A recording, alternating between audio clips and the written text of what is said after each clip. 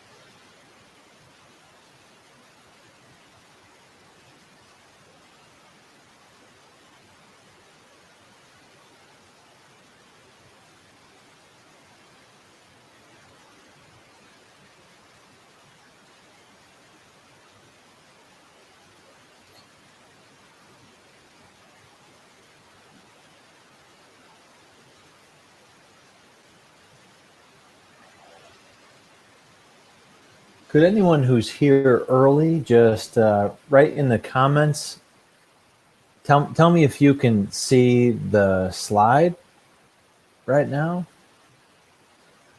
Just say, yep, I can see the slide, Dave.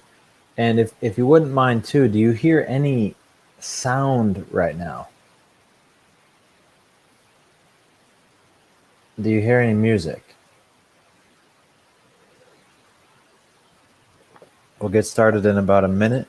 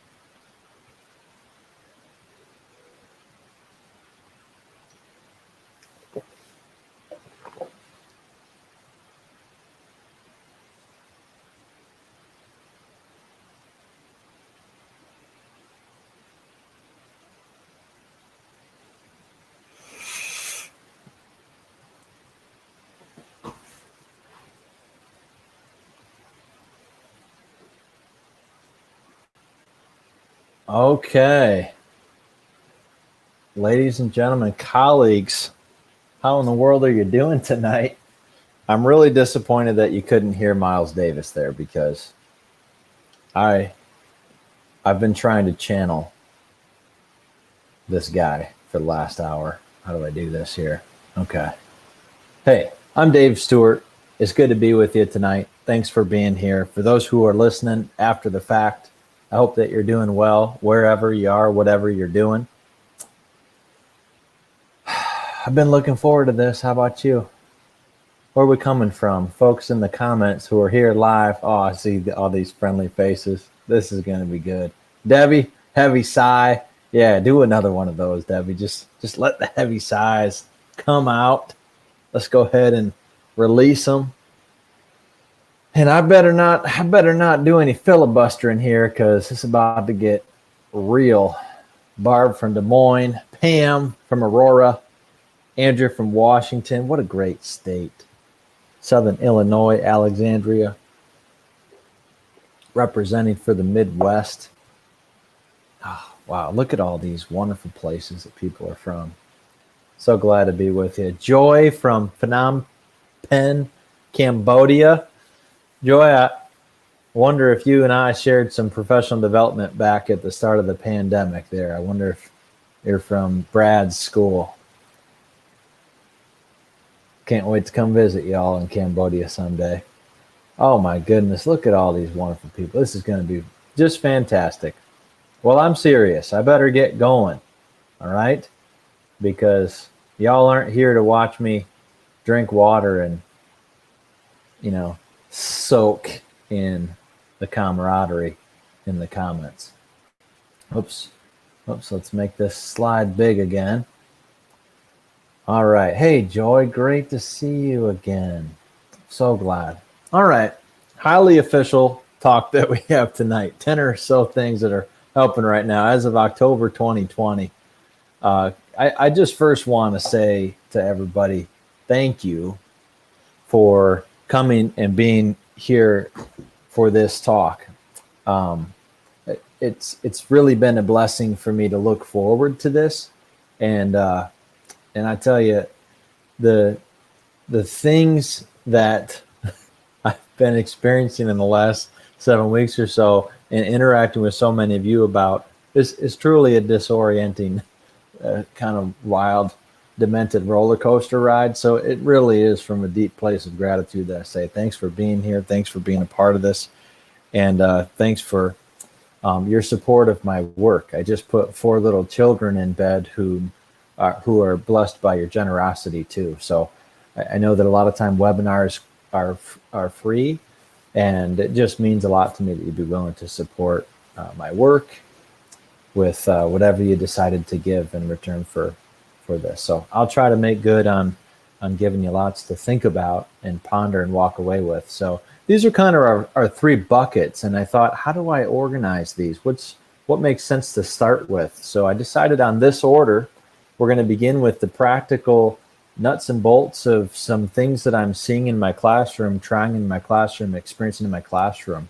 We'll zoom out a little bit and talk about how my, I'll be honest, and you'll believe me in a minute, how my very bare bones approach to my work right now is still not completely disengaging to my students because of how I and how so many of us think about student motivation and student engagement.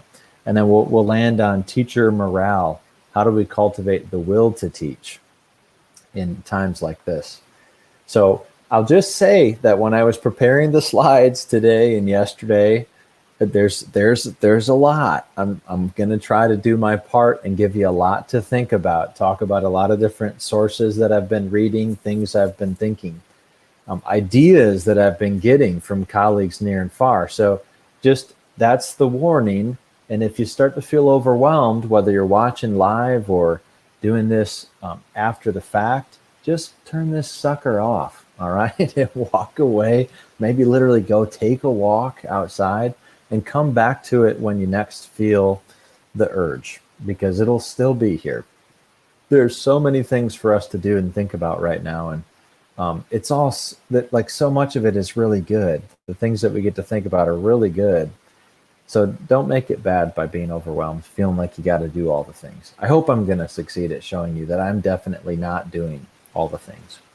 If you're here live, though, participate. Let's get those comments a rocking. All right. I've got a few stop points where I'm going to check, see what you're saying. Also, for my live colleagues, you'll notice a little Q&A part. I think it says ask a question on your screen. Click that sucker. And if you put anything in there, I'll for sure see it.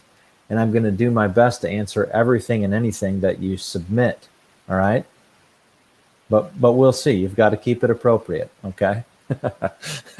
I'm just kidding. But I do teach ninth graders all day. So in case there's any watching, I guess I need to be serious about that. And if something that is in here is helpful, or if you think the whole thing is helpful and you want to share with your team, your school, your district, great, wonderful. Thank you so much for being willing to share. And that's like the biggest compliment you can give a person, I think, is to share their work. But if you wouldn't mind, just consider repurchasing it at a rate that is commensurate with the number of people that you're going to share it with. Just think about it. All right. But I'm not a pushy guy with that stuff, I hope. You can also, of course, enjoy my work further and support it further by purchasing my book, These 6 Things. A lot of what I talk about tonight is just a 2020 meditation on application of the things, strategies, ideas that I present in that book. The student motivation course is a deep dive on the center of our night tonight, the 5 key beliefs. And I would encourage you to ask your administrators to support your enrollment there. And then finally, I'd love to work with your school. Once upon a time, I used to travel to schools all over the place when I could and talk about teaching with teachers in person. It was truly precious. I didn't realize then how precious it was. But I do Zoom PDs and stuff, and I'd be happy to talk with you if your school's in the market for something like that. I promise to make it good as I'm able. Well, enough of that, Dave. Let's talk.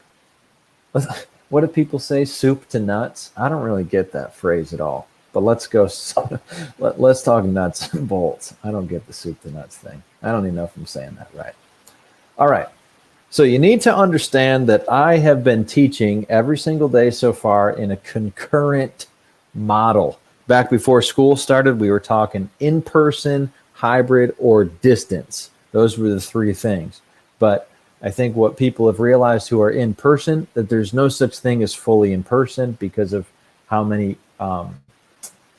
guidelines there are for students if they have any type of a concerning symptom. So on any given day, my in-person classroom is missing 5 to 35% of my students. Each of my high school classes that I teach has this, it's like, who's going to be gone today kind of a thing. Truly, 2 to 3 times as many absences as I've ever experienced at any place that I've taught in my career. So you really have to figure out a way to provide a day's learning for the students in person and also for anyone who's gone. It's kind of a hybrid-y thing that we've got.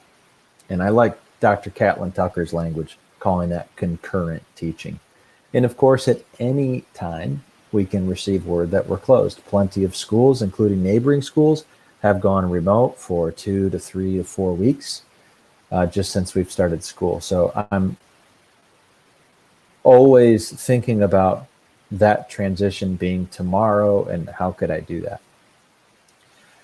So the method that I've landed on for teaching, and this has really got me not worried if we end up remote tomorrow, because the way that I'm teaching right now in person is the way that I'm teaching my students who are remote, and the way that I'll teach all of my students when we're remote.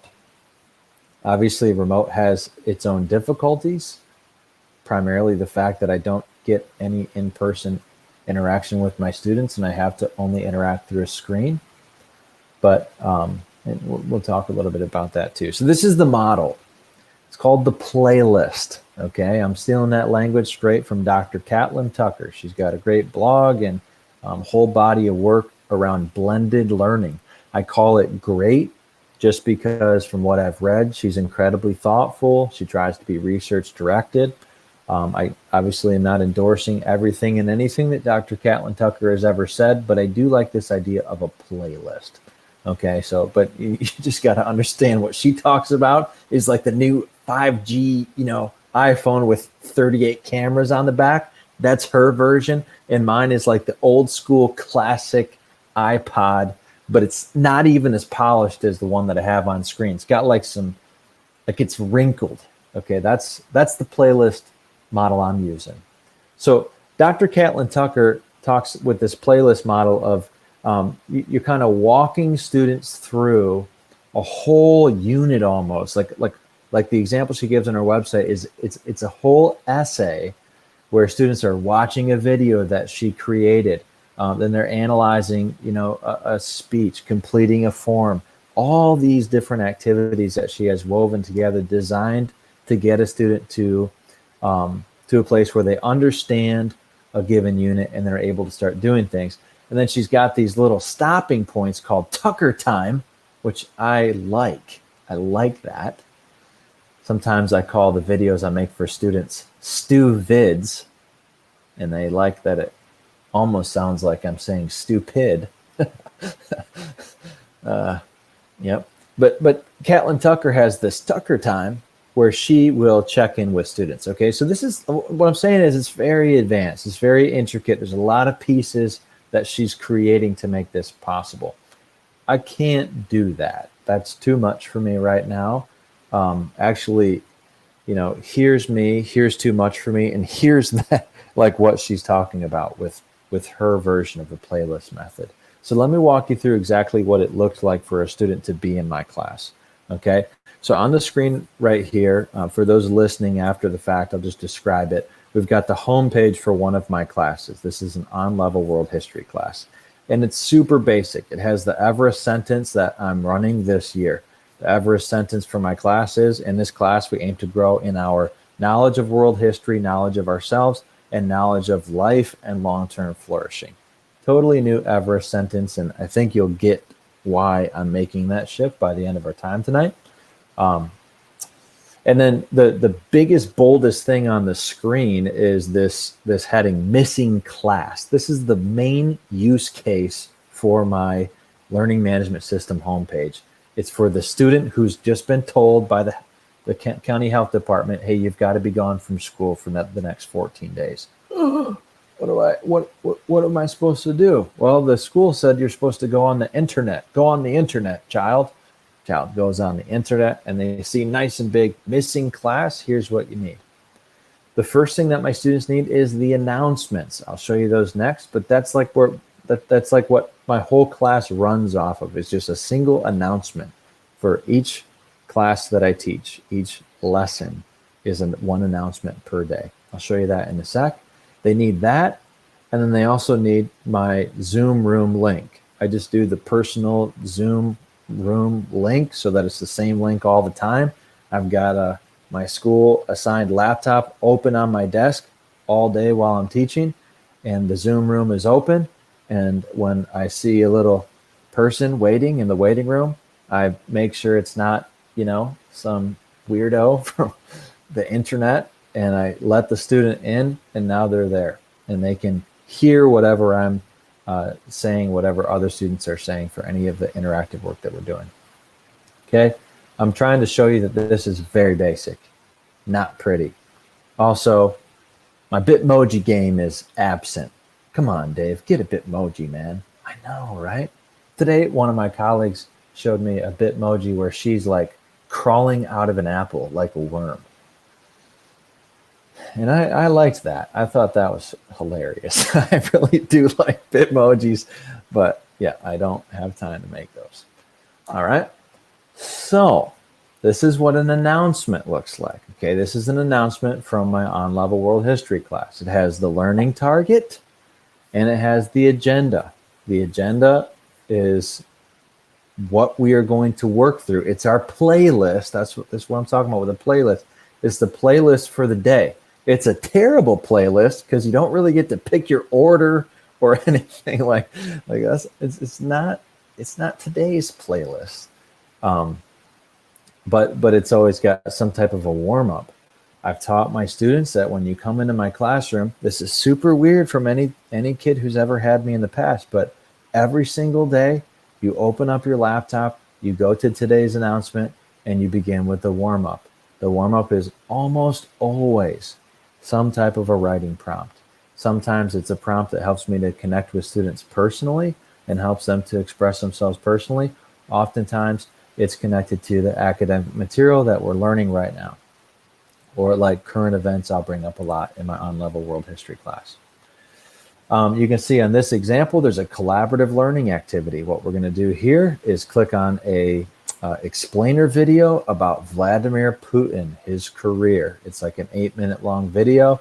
And when I say guided notes, I'm playing it on the screen in front of the class, pausing to facilitate brief discussion, think, pair, share, and note taking.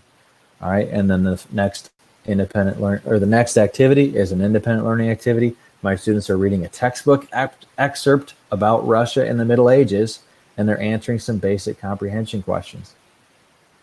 Dave, that's really boring. Like, your class is terrible. I know, right? It's so stripped down. You walk into the class and it's like, man, is this teacher about to retire? What's wrong with this guy? These students are doing an awful lot of independent work. And on a daily basis, my students are doing more work independently than they used to do.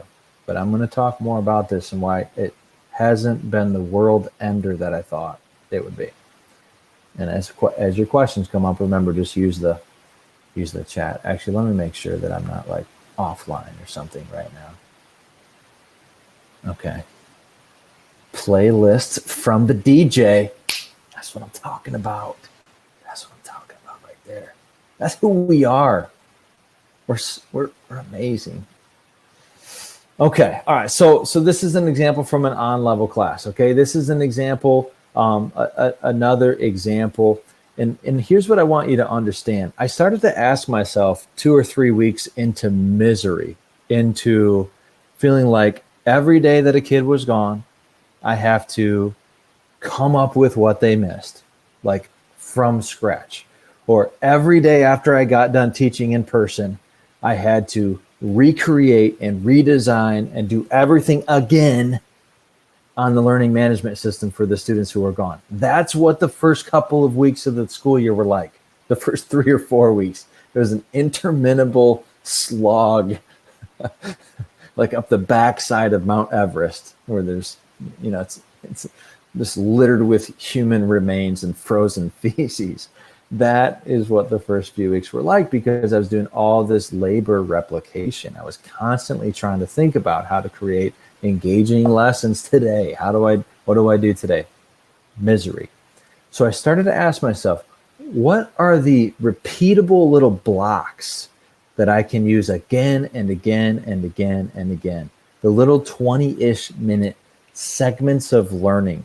And so I started to just think about my book, These 6 Things. How do I create knowledge-rich reading, writing, speaking, listening, some combo of these blocks of learning that my students and I can use to work through the curriculum that I've been assigned to teach in a way that doesn't crush us, in a way that doesn't feel like pain and misery and boredom. I want my students to experience my class like that, and I want to experience my class like that. I want to. My family started to want me to experience my class like that, because my family was getting tired of Dad being a zombie every night. I mean, I'm serious. I said to my wife 3 or 4 weeks into teaching, it's like, honey, you've been carrying a corpse around for the last month. I just realized that, like, gosh, you've been carrying a lot of weight in our home, in our family, in our relationship, because I've just been like a zero, because work has been so frustrating and so exhausting and so overwhelming and so not what I want it to be. So I'm showing you the fruit of the shift that I've had to make in my expectations and in my thinking, I've had to completely, come back to pedagogy 101 and say, how can I do this in a way that doesn't cost me my family and my sanity? All right, so here are just some examples of the types of learning blocks that I'm using in my classes, that I'm pulling from when I create lessons. And remember, lessons are really just housed on a single announcement. In Canvas, they're called announcements. In Google Classroom, they'd be called announcements. But it's just that basic messaging tool that goes out to the whole class and is easily accessible, for posterity, for the student who is missing work from last Tuesday. Okay, so like I said, a warm-up, that's a written response to questions or stimuli. That's a common go-to block. Almost every day we've got something like that. Reading an excerpt from a textbook, reading an article, reading 1 to 5 primary source documents, and then answering questions in writing, taking notes, organizing evidence from those documents for a debate. Sometimes we're not reading a text, we're viewing a video. Sometimes students are doing that themselves. Sometimes we're doing that whole class. Sometimes we're reading whole class. Sometimes they're reading independently. And then for just content acquisition, retrieval practice, once in a while, especially towards the end of the unit when we've got a summative assessment coming up that I'm required to give because of our shared assessments in our school district, I'll have a block where they are quizzing themselves using something like Quizlet. In my open enrollment AP course, now when I say open enrollment, I mean that anyone entering the 9th grade can sign up for that class, and we take the 70 kids that we can fit into 2 sections. And we rank order the kids based on a couple of metrics for preparedness, not because we want to be exclusive, but because we don't want students to be miserable. And I've seen enough kids go through the class miserable to be like over and done with that. But I mean, we take up to our max every single year because I want as many kids as possible in there. So in that course, you've got, again, a warm-up block, a whole class question and answer block based on the prior night's reading. Homework is a big difference between my AP and my on-level. I've got to have AP students doing some degree of knowledge acquisition each night, and I tell them that this is their first draft of knowledge acquisition. So thinking in terms of blocks, repeatable blocks that I can use again and again and again and again and again, so that I'm just doing less computation when I'm lesson designing has been very, very helpful. All right, so application. I promised that I would not just share insights, but also applications. We've talked about a lot of applications already, but I'm really relying on the 5 key beliefs to drive student motivation. I'm not relying on a razzle-dazzle lesson plan. I'm not relying on novelty in terms of the activities that we're doing. The activities are not novel. They're repetitive. The novelty comes from the content, comes from the stuff that we're getting to learn and interact with and pick apart and argue about and discuss. That's where the novelty comes. That's where I think students get interested and excited. So if you want, you can just Google Dave Stewart Jr. 9 moves. And if you Google that, you'll find a little bit of how how basically I've written about this before, this idea of blocks, except in the 9 moves language, I talk about them as 9 moves for teaching with text. But that's in the reading chapter in these 6 things. I just didn't, it was so hard at first to make these 6 things applicable to this weird new teaching of concurrent teaching. All right, let me just make sure that I'm not offline here. Okay, nice. Emily, I agree. The routine is comforting to students. I've got to tell you that I first had the epiphany that I needed to do this sort of dumbed down playlist thing. I first had that epiphany when I visited the classroom of a guy. Eddie Johns is his name.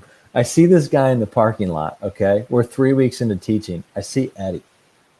And Eddie's just walking out of the building like kind of like he's barely attached to the ground, just bouncing in his step. And I had just a minute ago like crawled out of the building with a trail of tears behind me. and I'm like, Eddie, how are you doing, man? And I'm just expecting Eddie to say what everyone else has been saying. I'm so bad. This is so bad. And Eddie's like, I'm doing great. And I'm thinking, yeah, I can tell I can see by the way you're walking. So Eddie starts telling me what he's doing in his class. And I said, dude, do you have a class during 4th hour? Because that's my prep. Yeah, I have a class, Dave. Hey, can I just come watch? Whatever you're doing, I have to try doing that right now. And so I went and I watched. And what I was blown away by was the fact that it made sense Eddie was walking out happy, because Eddie was placing a lot of responsibility on the students with plenty of support. Eddie was circulating around while they spent a lot of time working independently, interacting with them, building relationships, moments of genuine connection, supporting students who are struggling. He was doing that stuff, but like lessons were not a heavy lift in this guy's class. And I was blown away by the students seeming to appreciate it. So I started to chase it. I started the chase.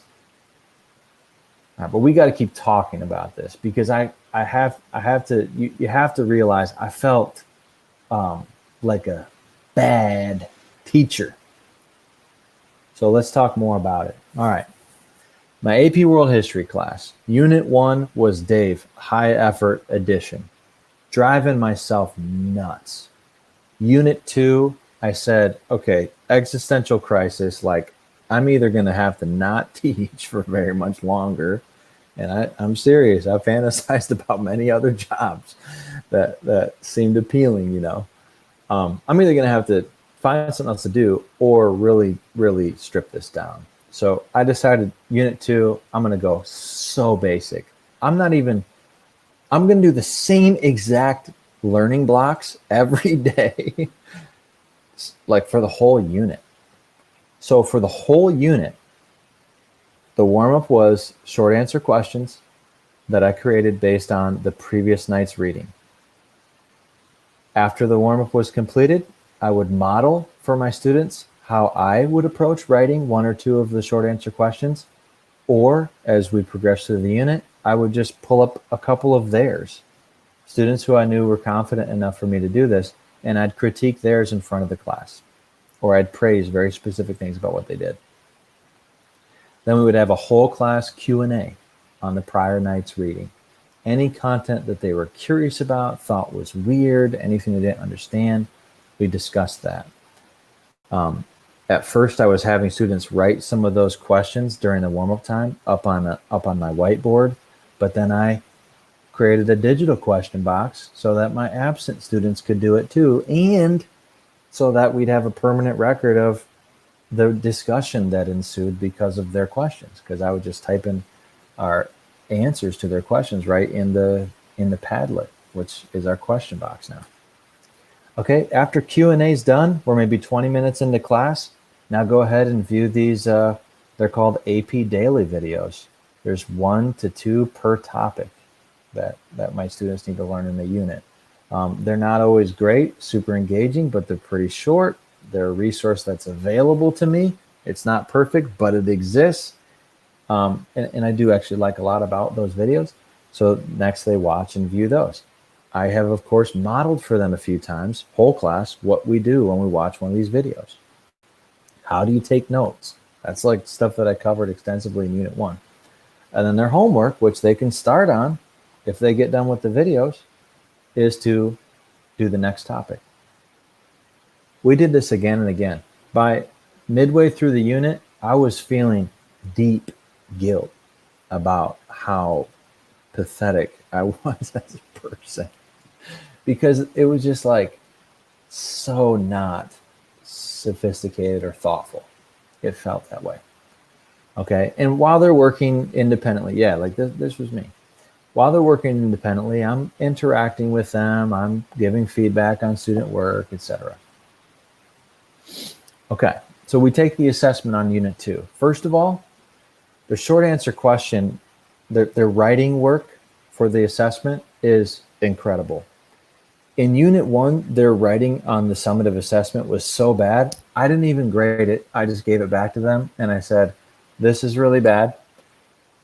I'll take the blame. Let me show you how to do these. Now take it home and bring it back on Monday, because I'm not grading this trashity trash. It's just not going to be worth anyone's time. That's how bad the writing was.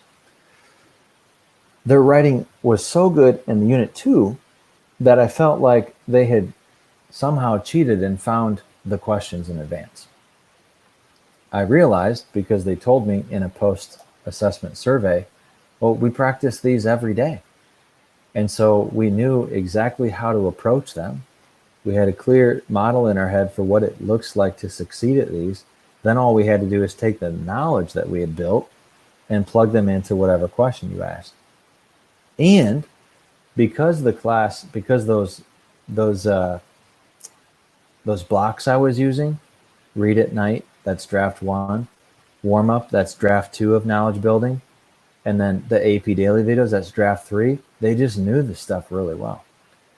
And so they not only did better performance-wise, they also really liked it.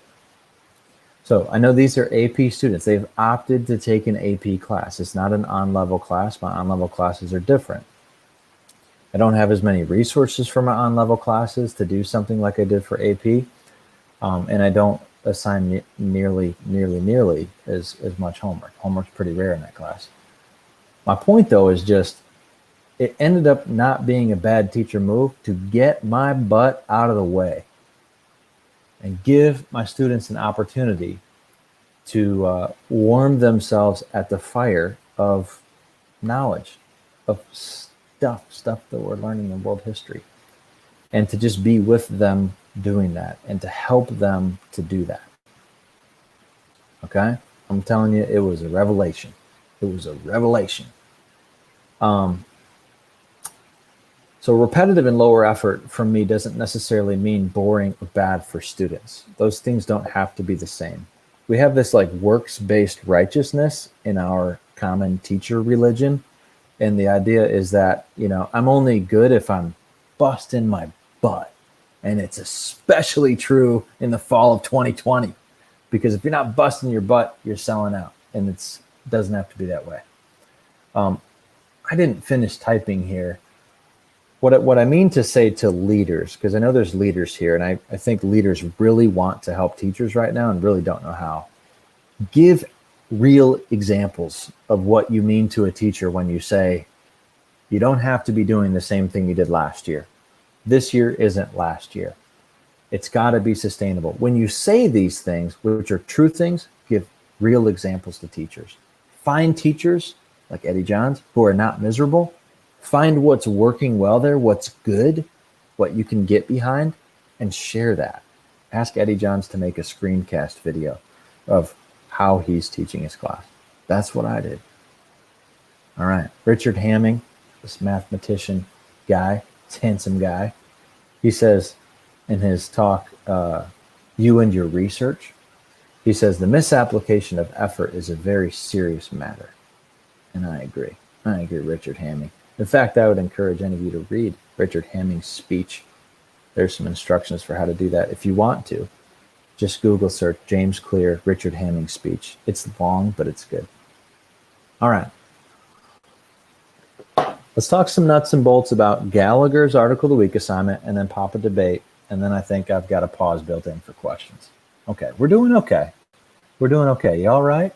Any of you log off already because you're overwhelmed? If you are, just log off. It's fine. I'll see you next time. Ask questions too. If you got questions, ask them. Put them in the question box. But let's talk about Gallagher's Article of the Week. Kelly Gallagher, Article of the Week assignment. It's a classic. It's a legend in the English language arts world. He introduced it in Read Aside, his book in 2011, best-selling book. And the idea was simple. Kelly Gallagher knew that his students, in order to be literate, in order to be able to understand the texts of the world to enter into the conversations of the day, they needed to know stuff. You've got to know some things. The story he tells, which I love, is that his students are reading an article about Al-Qaeda, and he walks up to a group, and the group is having a debate about who the Al guy is in the article. Who's this Al guy? And Gallagher's like, shoot, how are we supposed to have a conversation about the war on terror if we don't even know what Al-Qaeda is? So his solution as an English language arts teacher, whose job is really not to teach current events, was to just provide a simple article each week, something from current events that his students could read rather quickly. His articles are almost always 1 to 2 pages. And then he expects them to annotate it and write a 1-page response. So I do that too. This is what that has looked like in my super boiled down playlist iPod original edition. So this is our 5th article of the week. A couple of things that I want to point out to you. And by the way, if you can't see my screen, if you're listening, if you Google article of the week, Dave Stewart, you'll see the basics. But I'm just asking my students for a response to the week's article. I link to the article. I give them basic generic response options. After reading the article, what's one main idea you find most remarkable? I explain what remarkable means. After reading the article, what additional questions do you have? Research these and write about what you find. It's pretty open-ended. I frame this all the time for my students, not primarily as an exercise in writing, not primarily as an exercise in reading, but primarily as an exercise in knowledge building. I'm constantly preaching about the beauty and goodness and value of just learning stuff. I'm preaching that message of education because I do believe that is the fundamental truth. Okay, I give my students the things that I'm looking for in their grading. I'm looking for a certain word count, 200 plus words. You need to be on topic. You need to be professional and respectful. We've had some articles of late on President Trump, President Biden, their plans. And so from the get-go, I'm telling them, we don't mock people. We focus on ideas, not superficialities like someone's appearance. Okay, and then I also have a skull and crossbone error. I talk about this on my blog. If you Google Dave Stewart skull and crossbone errors, you'll find an explanation. This is also in the writing chapter in these 6 things. But the idea is simple. There are certain things that are 2nd, 3rd grade standards in writing that you know how to do, my dearly beloved students, but you have a bad habit of not doing. I cannot, in good conscience, allow you to persist in that bad habit in my class. So if I see any of these skull and crossbone errors, which I slowly introduce, right now, it's just capitalization. Next week, we'll throw in something like punctuation at the end of a sentence. I'm talking basic stuff that if I see it, you just get it back and you need to give it back to me with those errors fixed. So I've got that called out. I've got the word count, which we've slowly built up over the year. I'm trying to teach my students that a few hundred words is not a big deal if you just apply yourself and focus. And then I'm trying to teach them what I mean when I talk in my class about earnest and amicable argument. That's the respectful, professional tone that we're after when we respond to articles. Okay, so what's changed? Not a lot. I mean, my students are submitting these online now. I'm not collecting a hard copy of the article, an annotated hard copy of the article. So I know that some of them are not annotating this thing. All right, but not a ton has changed. Here's what I want to advocate to you, what I want you to think about. First of all, if you don't have a weekly routine assignment in all of your courses, create one or steal one. Kelly Gallagher's article of the week is a great weekly assignment. I know every Monday that one of my learning blocks is going to be an AOW. I give my students 15 minutes to get started each Monday. And I also throw in some kind of a hook, some kind of a pitch from me of why I think this one's worth our time. It's just a nice go-to routine. It takes something off your list that you have to come up with out of the air. And over the course of the year, you give students a chance to build knowledge about 40 different topics. Julie Holderbaum submitted a video to the Educator Encouragement Project where she talks about a podcast / TED Talk day. It's 1 day per week where she lets her students listen to it whole class, a podcast or a TED Talk. She talks about this in her video, which is, if you go to, I'm sorry, I don't have this on the slide right here. If you go to davestewartjr.com/EE, that's 2 letter E's, davestewartjr.com/EE, you'll find that playlist. And in that playlist of videos that teachers have submitted, look for Julie Holderbaum. And she talks about this. And she talks about, by the way, how this was the type of thing, a day per week where students are doing something so independent. She talks about how that she never would have fathomed doing that before fall of 2020. But now it's such a source of sanity for her and insight and engagement for her students. Okay, that's Article of the Week. Yeah, and if you do something like Article of the Week, I just want to encourage you, how could you make it simpler? A lot of people get stuck on grading Articles of the Week. They spend way too long giving students feedback on their writing in response to Articles of the Week. Kelly Gallagher openly says that he spends next to no time. Like, we're talking 5 seconds. It's a quick scan of his students' work just to keep them honest. But he says, I'm not trying to improve their writing with this assignment. I'm trying to give them a chance to build knowledge. Okay, so he's a purpose-driven provider of feedback to his students. I love it. There we go, KG. So, how could you simplify your weekly assignments? And I don't have this on screen, but what stuff are you currently grading that maybe you don't need to grade that way, or maybe you don't need to grade at all? A lot of us drive ourselves crazy because we think we have to put everything in the grade book, and we think our students will never be motivated if it's not graded. Well, I'll talk about that more later, but we need to relentlessly preach about the point of school being not grades but learning, and we got to smile when we preach it, and effuse joy, because learning is joyful. All right, I'm going to talk about Papa debates, then I want to interact with you a little bit more. I'm sorry, I can't make the full screen presentation and see what you're saying. Okay, but come on. I mean, come on. CNN 10 newscast with a summary from middle school social studies. There we go. Kristen, thank you. Students can also add a page to their annotated CAMI document. Okay, Veronica. Uncle David Reese, James Clear. Yes. All right, CAMI, I love it. Thank you, everybody, for putting these in here. All these comments. My goodness. Folks, if you're just listening after the fact, you got to click on the crowdcast, and you just got to check out the comments. I'm just telling you. I'm just here to tell you. All right, pop-up debates. Pop-up debates are jacked up with masks, okay? They're weird. Pop-up debates are jacked up when students are gone. It's just weird. What's a pop-up debate, Dave? It's so simple that it's dumb. Every student has to speak at least one time. Participation is mandatory. These limits are set by the teacher, so sometimes I can give them 2 speeches per pop-up debate, or 3, but they got to do it at least once. To speak, all they do is stand up. They pop up at their desk and talk. The first person to speak has the floor. I'm not the referee during pop-up debates. I'm not the guy saying who gets to talk. I reinforce that early and often. I'm listening to the conversation.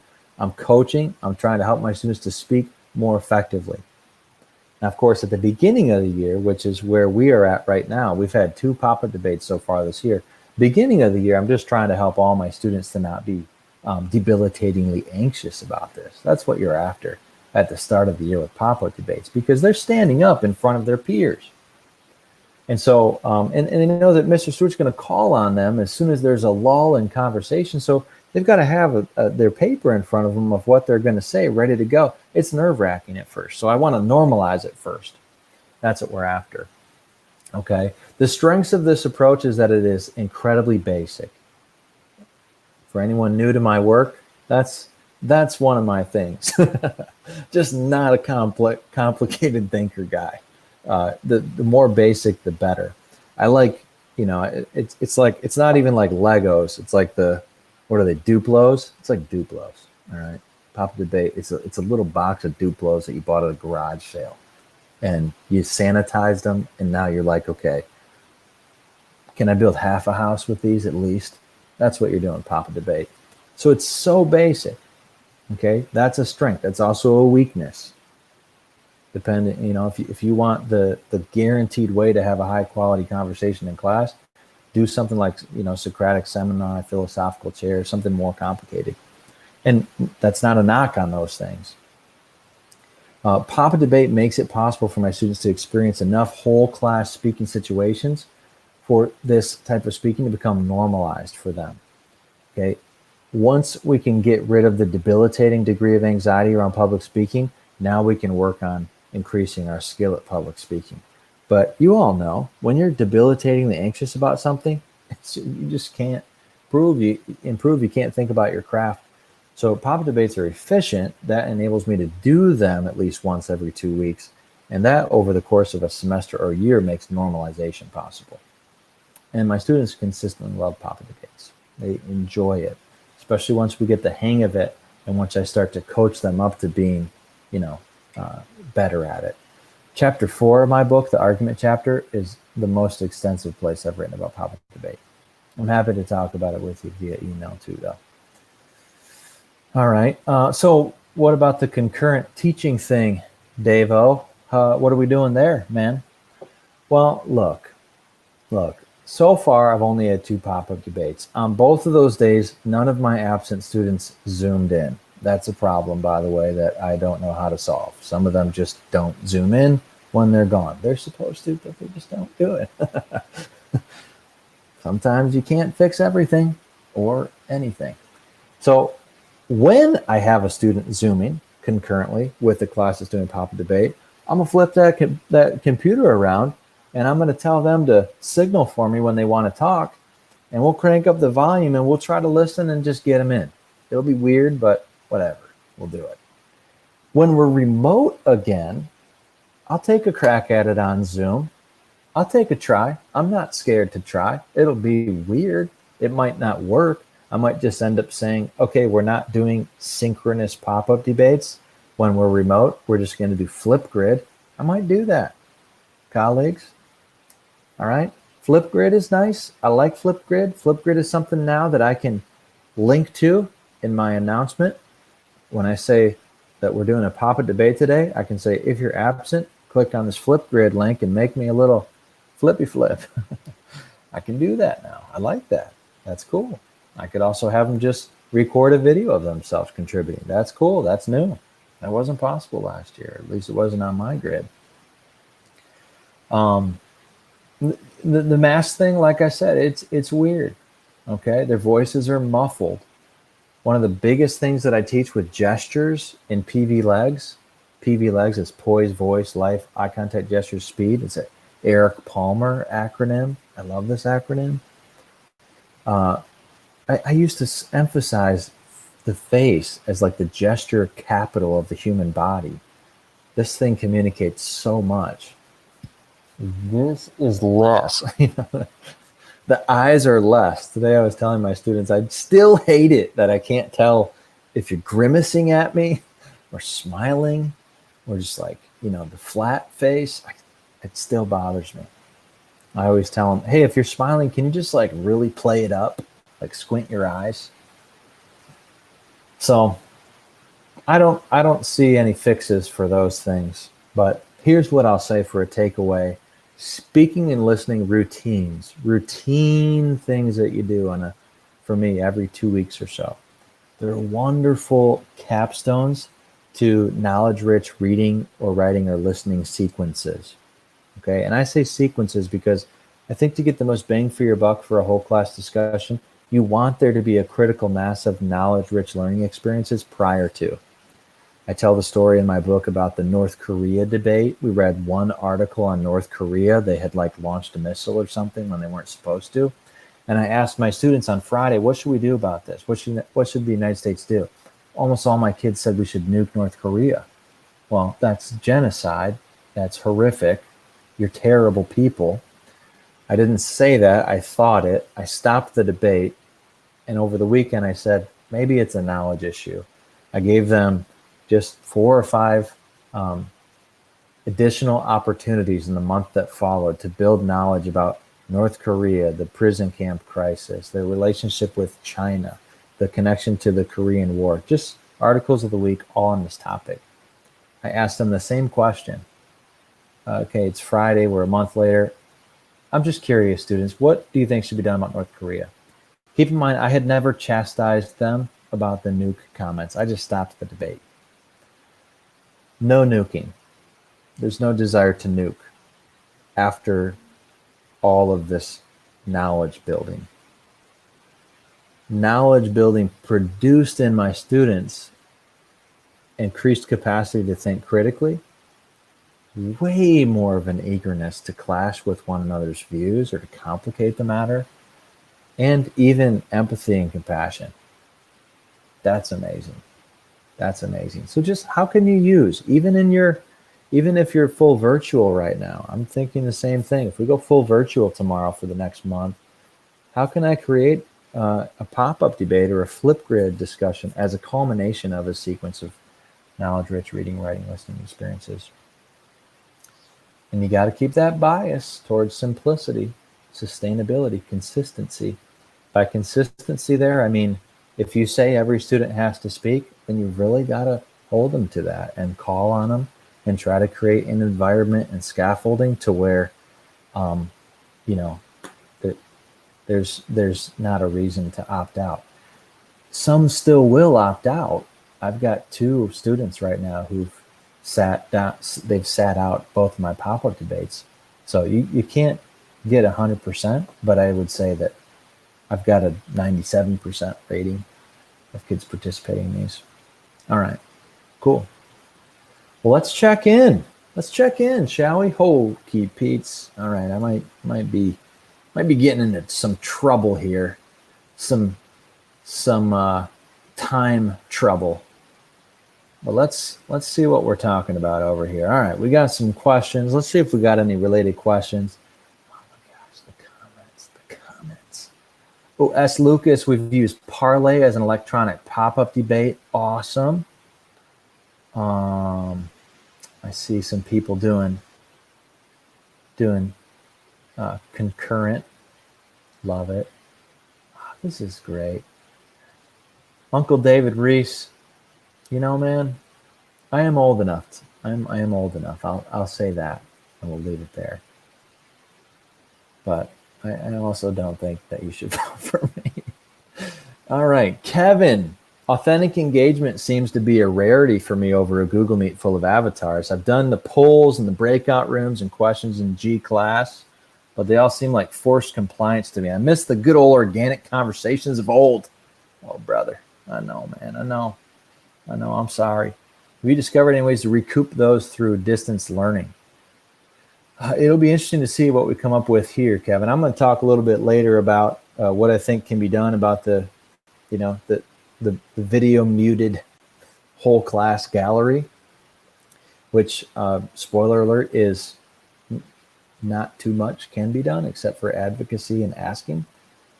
But we'll also look in our next segment at student motivation and engagement, and I hope that'll help. Ika's asking a similar question. I loved this question, and I see a few of you have voted for it. She's saying, I've got a cohort of kids in my virtual teaching who are consistently behind. I ask them what they're doing. They frequently say nothing. And when I ask why, they say, I don't know. A lot of my kids won't use cameras or microphones, so I'm trying to talk to them and they type back. It just feels very strained and awkward. I don't know how to help them. So Ika, that is strained and awkward. That's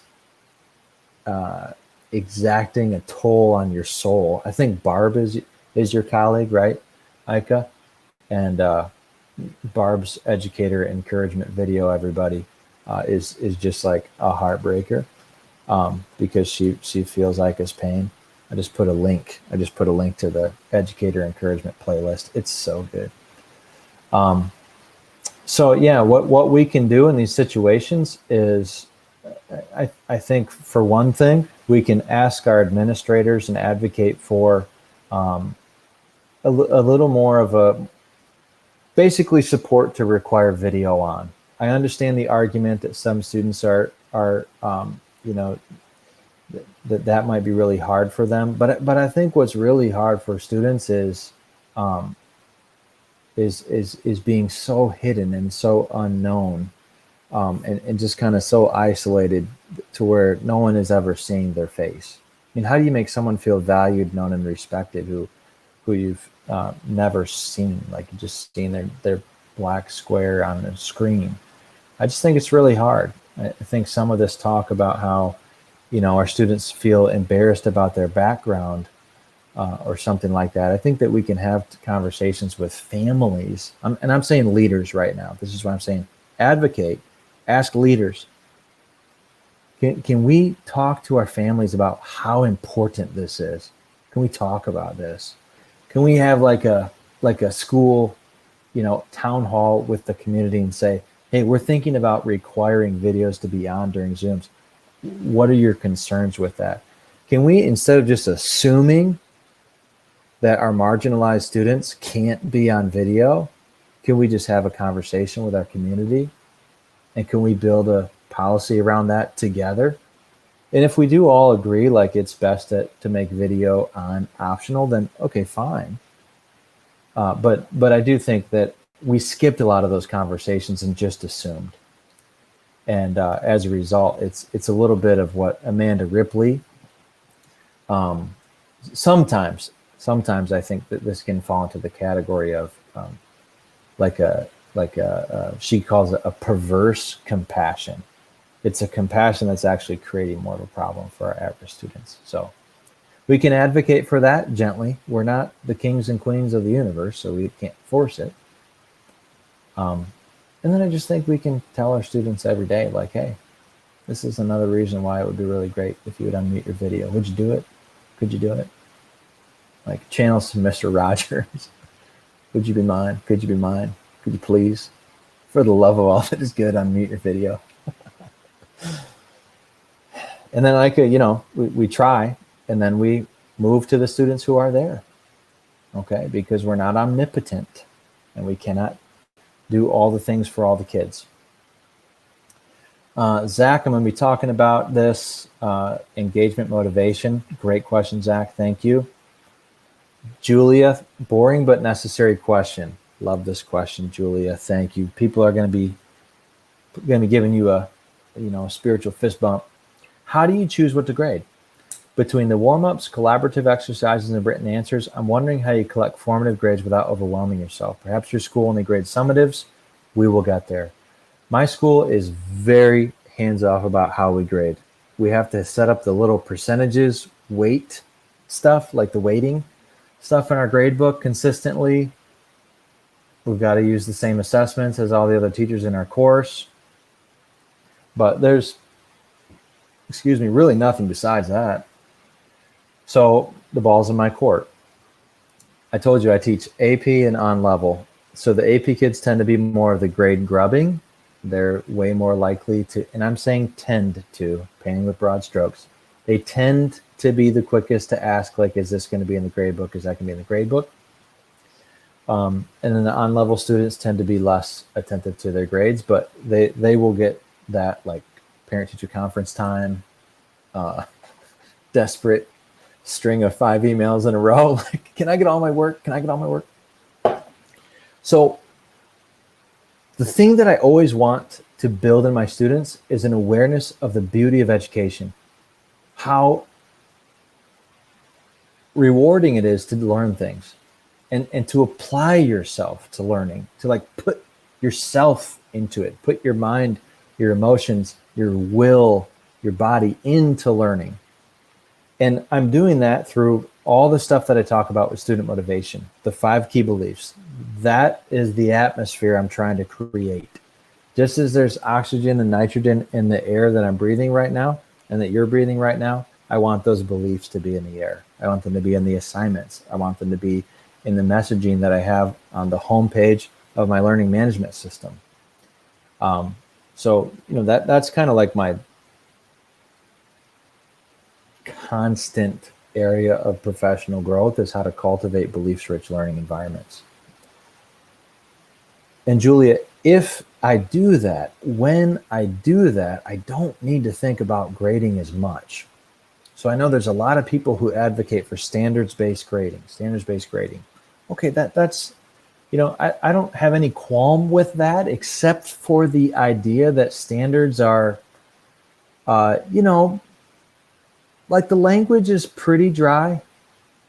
It's hard to get inspired about, Common Core Writing Standard 6.2. Like that's less cool than writing an essay about, what masculinity means and things fall apart or something. So that is a problem with standards-based grading. I'm just going to say that's a problem with standards-based grading. The standards are super dry, and it creates a little bit of an implied message that it's all about the acquisition of these skills. Nothing else matters. It's all about reaching standard. Nothing else matters. So you get a little bit of a feel from that, or you can. Okay. This is why I'm never going to push my school. I'm not going to be the guy pushing my school towards standards-based grading, because I think there's problems with it. And there's more problems with traditional grading because traditional grading has all this stuff woven into it, right? All these behaviors, all this stuff that students can't, it's a mess. So my approach as a teacher is I want to grade as little as I possibly can. And I want the best gift I could give my students is pushing them along the road of believing that learning is beautiful and valuable for its own sake. And that the point of a class is to master the material as best you can, not to get a grade. That if the class is decent, mastery should have the grade chasing behind it. So that's it, Julia. That's really it. It's crazy, the stuff that I don't grade. And it's crazy how little time I spend on the stuff that I do grade. It would probably, if somebody watched me, they'd be like, you didn't really read those at all, did you? No, sometimes not really, because the grade book is not the point of what I'm trying to do. So I know that I'm preaching to the choir on a lot of this stuff, and I know that my thinking is impoverished in many ways. So not saying that that I've got this figured out. Okay, James, I talked about the camera on off debate a little bit. I personally don't believe that camera on is harmful to marginalized students. I've come to that conclusion. Any more than requiring a student to speak in a pop-up debate is harmful to debilitating the anxious student. It can be harmful. Requiring the camera on can be harmful. And so can mandatory pop-up debating, but it's not inherently harmful. That's way overstating the case. So much hinges on the environment that the teacher creates. So much hinges on our instruction. Did we teach students how to set up a background that's not, that doesn't make them feel so exposed? Did we teach them how to do that in really difficult circumstances? Have we talked about that, had a conversation where students get to offer their own ideas for that? Have we taught students how to make it so that on Google Meet or Zoom, you don't have to see yourself? It was a Doug Fisher presentation I was at a month and a half ago. Doug Fisher cited some study from Oxford, and I haven't been able to find it, but it was a survey done from Oxford, and it said that the number one reason students didn't want to show their faces on video calls during the spring of 2020 was because they didn't like how they looked. That was the number one reason. And they didn't like to look at themselves. So Doug Fisher used that as, I guess, evidence to complicate the view that, we have to be just super, super, super, super mindful that some students may not feel comfortable showing themselves. he said, yeah, but it might not be for the reasons that we think. And we might be able to teach them how to overcome that. All right, cool. Okay, all right. Okay. Hey, Wendy's got a question. How are teachers approaching turn and talk in the distance learning models? Could you all answer Wendy's question? For those of you who are full distance, how are you approaching turn and talk? Think, pair, share in distance learning. Drop some knowledge there. I'm going to pull my screen back up. We got to go. We're not going to dive. We're not going to do like an ocean dive into the 5 key beliefs. I'm tempted, but we're not gonna. But we do got to establish some groundwork, okay? All right, this is what we need our kids to do. We all need our students to do some stuff and do it with care. That's the essential.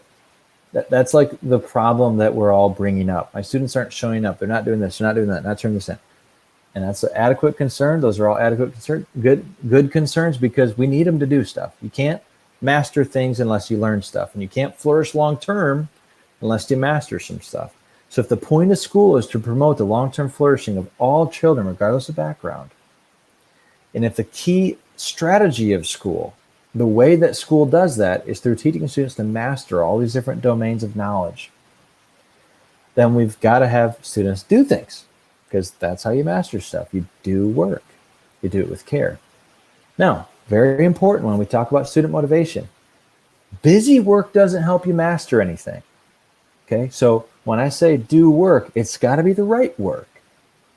Okay, that's where our expertise and our discipline comes in. That's where our expertise in how people learn and acquire skill, acquire mastery, acquire knowledge. Us learning about that as we progress through our careers is so important, because that's going to enable us to assign work more wisely. And I can't oversell the importance of us thinking hard about the work that we assign, or having principles to guide us when we create work for our students, okay? And then when I say with care, I'm not talking about something less than effort. Effort's included, but it's not just effort. It is a problem for me, and I ask my students a lot at the beginning of the year if they're working 2 to 3 hours per night on homework that's meant to be 30 to 40 minutes. That's a big problem, because what they're attempting is a brute force approach to success. And that's not going to work in an advanced class. It's not going to work later on in life with a really difficult problem like, let's say parenting or marriage, or creating a change in your community. You're not just going to be able to brute force your way to these things that are really valuable in life. And I don't want them brute forcing their way in my class. When I say care, I'm talking about something more than effort. Okay, that's what we need. We have 2 main avenues to getting students to do that. Motivation is one of them. Engagement is the other. We should ask ourselves, which do I go for when? Which is more important? I haven't written much about engagement at all. I'm starting to. This really puzzled me in the spring, and it's puzzled me for years. What's the relationship between engagement and motivation? This gets talked about way more. It's way trendier to speak about engagement. You'll even see it in the way that we're discussing things or asking questions in this chat, in this session. We use this word engage a lot, and that's great. Engage is the during task state in which a human being becomes fully immersed in a given task. Okay, so there's care happening and there's work happening. It's synonymous with Mihai Csikszentmihalyi's concept of flow. My apologies to the researcher whose name I just mispronounced. So flow, engagement, similar things. I don't necessarily recommend this book by Ellen Oliver Keene, Engaging Children. I found it to be like almost all the value was in these 4 pillars that I have on the screen and I'm about to talk about. But I got to tell you, I find a ton of value in these. So I'm super glad that I purchased her book just to support her work in boiling engagement down to these things. So she says, students tend to be engaged when they experience 1, intellectual urgency. I have to know more. 2, emotional resonance. I'm into this with all my heart and mind. 3, perspective bending. Other learners affect my thinking and I can affect theirs. So this is what I would call argumentative thinking. And 4, the aesthetic world. This is so cool. This is beautiful. This is inherently good. This feels like it was made just for me. That's how she describes the aesthetic world. So the first thing that we can be doing is internalizing these pillars, memorizing these pillars. For leaders, maybe the next PD that you lead, you should just give a super simple explanation of these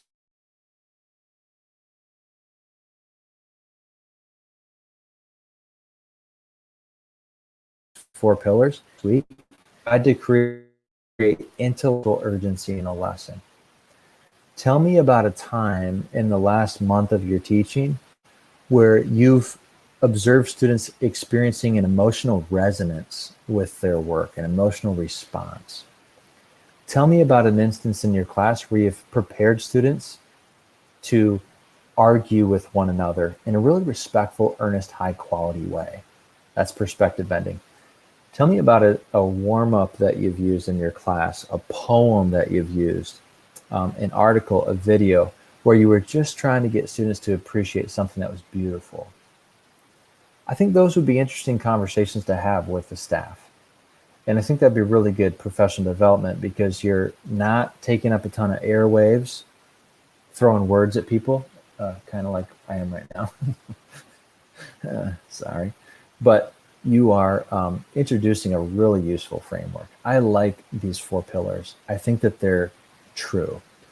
And it's not a surprise, by the way, that Ellen Oliver Keene discovered them because her method was amazing. She just spent hundreds of hours in classes observing students and asking students, interviewing students about what was making them engaged. So that's an angle. Engagement. I haven't treated it much in my writing, but I think it's important and I'll try to do more in the future. Motivation is the other one. Motivation, when we talk about motivation, we're not talking about extrinsic for sure. We're not talking about coercing people, incentivizing people to do stuff. We're talking about a deep down, fundamental, in the heart, genuine desire in a person to do something with care. Okay? And so when we talk about deep down, fundamental, almost like not even thought of desire, that's belief. Okay? When I say belief, that's what I mean. So there's 5 beliefs in the research, and these are often called mindsets. But I think mindset is just sort of fuzzy, language from psychology. And I love psychology, but I just think this idea of a mindset is slippery. Like, what is that? These things, though, are super predictive of student success because they're super predictive of deep work and careful behavior. All right. So I recently published, if you Google spectrum of human motivation in a given area, or if you just go to davestewartjr.com/primer, you'll see the image that I've got on screen. So it's a spectrum of human motivation. On the far left side, you've got belief. So credibility is my teacher or my leader, because we as teachers experience these too, is capable, caring, passionate. And then so you've got the belief category. I'm not going to go through all 5 key beliefs. Google them. They're sweet. I didn't make them up, so I can say that they're awesome. I just organized them. So you've got belief on the far left side. Then you've got questioning. Then you've got fear. Then you've got unbelief.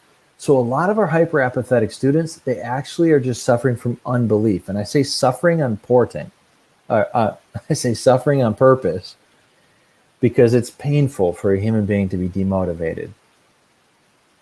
It is painful at a deep part of ourselves. So when we see the student in class who just looks really pissed off, or they're giving us all these vibes like they can't stand being here. What I want to encourage us to see more and more is pain. Okay, So Ika talked about such a great example, a student who says, what are you working on? Nothing. Why not? I don't know. That student is a really difficult situation, but we can start with a little compassion there because they're experiencing the pain of unbelief. All right, I'm sorry, I'm getting in the weeds right now. This is pretty theoretical, but I'll get practical in a second. Okay, so when we talk about beliefs, we're talking about knowledge held in the will, in the heart. Someone believes something when they're effortlessly confident in it. Just like I'm effortlessly confident in this chair. I have not thought a single time that I've had this chair about whether or not it's going to hold me. That's what we're talking about with key beliefs. We're talking about not a student in my class saying in their head, oh, this work really matters. This means something. This is going to help me. We're talking about them being so certain of that it's like it's deeper than consciousness. They're effortlessly confident that the work is valuable. And so for this reason, beliefs are largely invisible.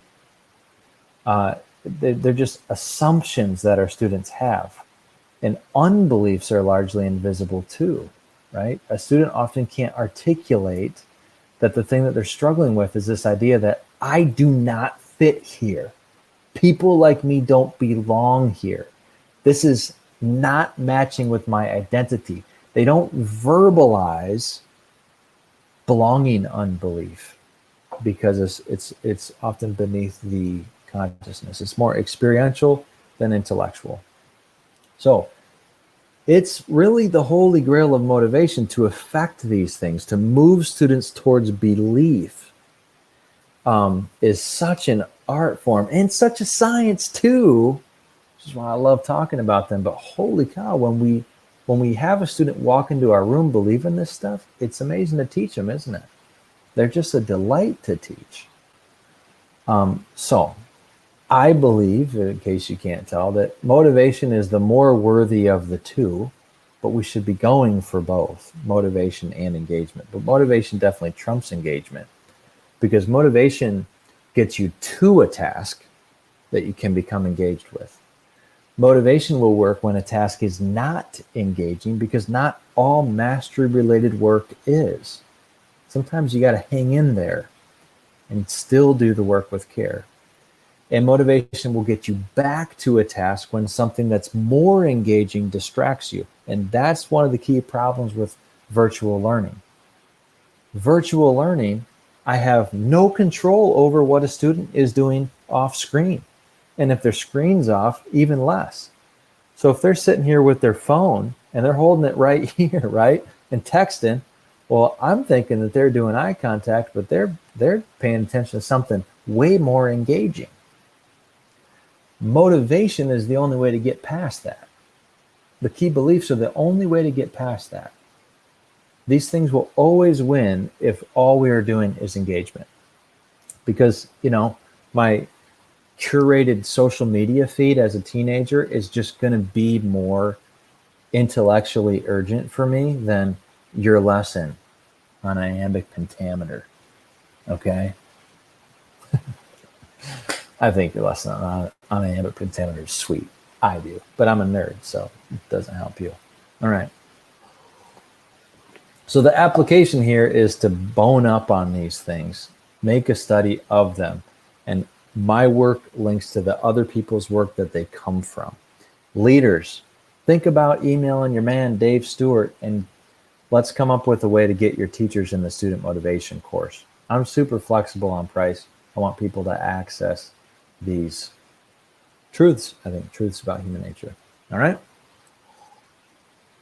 All right. We got to kick this can down the road. Let's cover a couple of other things in student motivation. Then I'll pull out and look at the questions.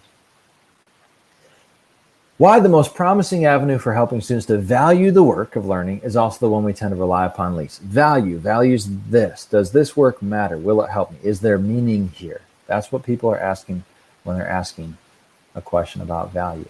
So the most promising avenue for producing an enduring value belief in students is just the desire to know. The desire, for knowledge. This is an inherently human thing. We like to know stuff. You can see this when, two people are whispering over there. Like, I kind of want to know what they're whispering about. You can see this with the ways that we're so easily addicted by social media feeds and news feeds and YouTube, because there's just a lot of novelty there. Okay. But there's also knowledge there. Not always, but often. So what we want, I think, to emphasize way more than we do in schools is that learning things is just cool because learning things is just cool.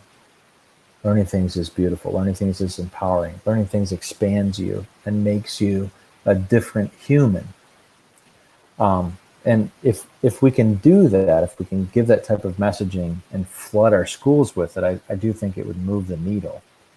One of the biggest obstacles that I see in my students to believing that learning is inherently valuable is that we overuse, in at least American public education, we tend to overemphasize another path to the value belief, which is relevance.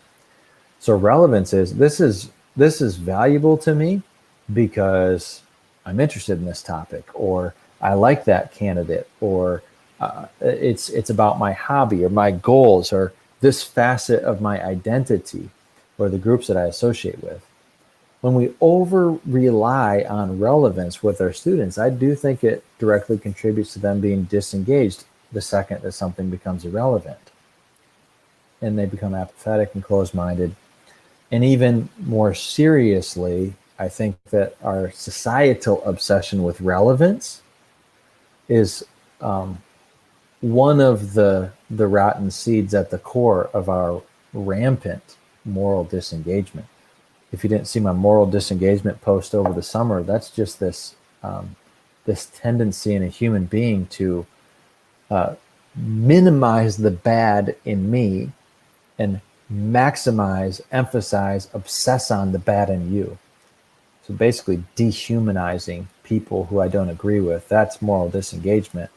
And obviously it's widespread right now. So in my classroom, the last couple of weeks, we've looked at the political platforms of President Trump and President Biden.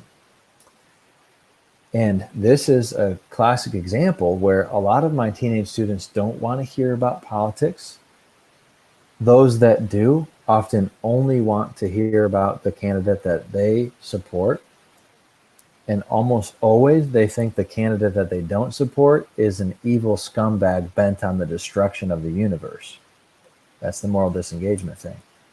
So when I'm introducing these articles to my students the last couple of weeks, I'm telling them it is just a good thing to know what these different people have said that they're going to do. It's interesting.